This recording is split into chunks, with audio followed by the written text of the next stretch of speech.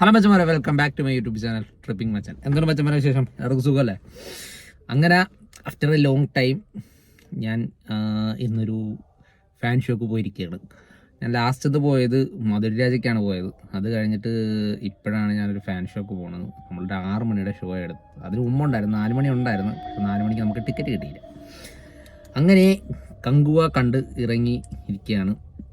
ഏകദേശം എനിക്ക് തോന്നുന്നു 2-2.5 മണിക്കൂറുണ്ട് പടം.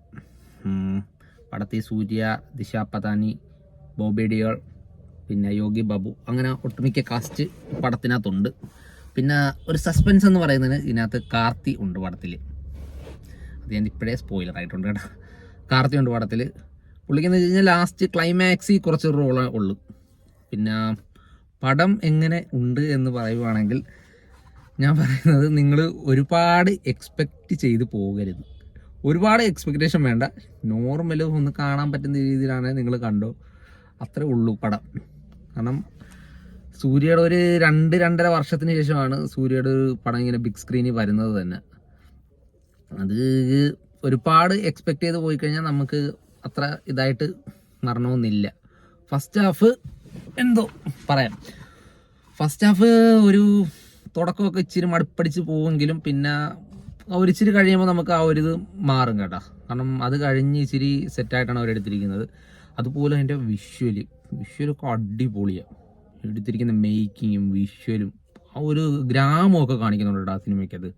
ആ ഗ്രാമമൊക്കെ ചെയ്തിരിക്കുന്ന രീതി എന്ന് വെച്ചാൽ കിണ്ണമായിട്ടാണ് ചെയ്തിരിക്കുന്നത്. പിന്നെ എനിക്കത് 3D അത്ര വലിയ ഗുമ്മായിട്ട് എനിക്ക് തോന്നിയിട്ടില്ല.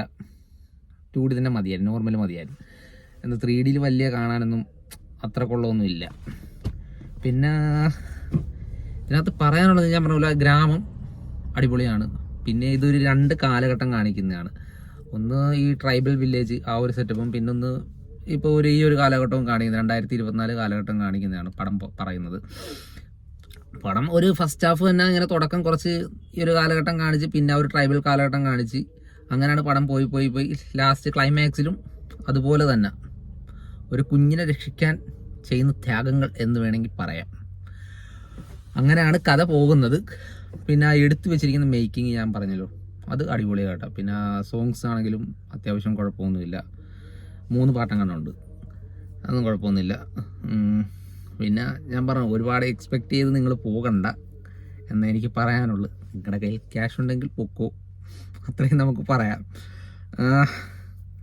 നമ്മൾ ഞാൻ സത്യം പറഞ്ഞാൽ ഞാൻ ഒരുപാട് എക്സ്പെക്ട് ചെയ്തിട്ട് ഈ പടം ഒരുപാട് എക്സ്പെക്ട് ചെയ്യുന്ന വെച്ചാൽ നല്ല രീതിയിൽ തന്നെ എക്സ്പെക്ട് ചെയ്ത് ഞാൻ.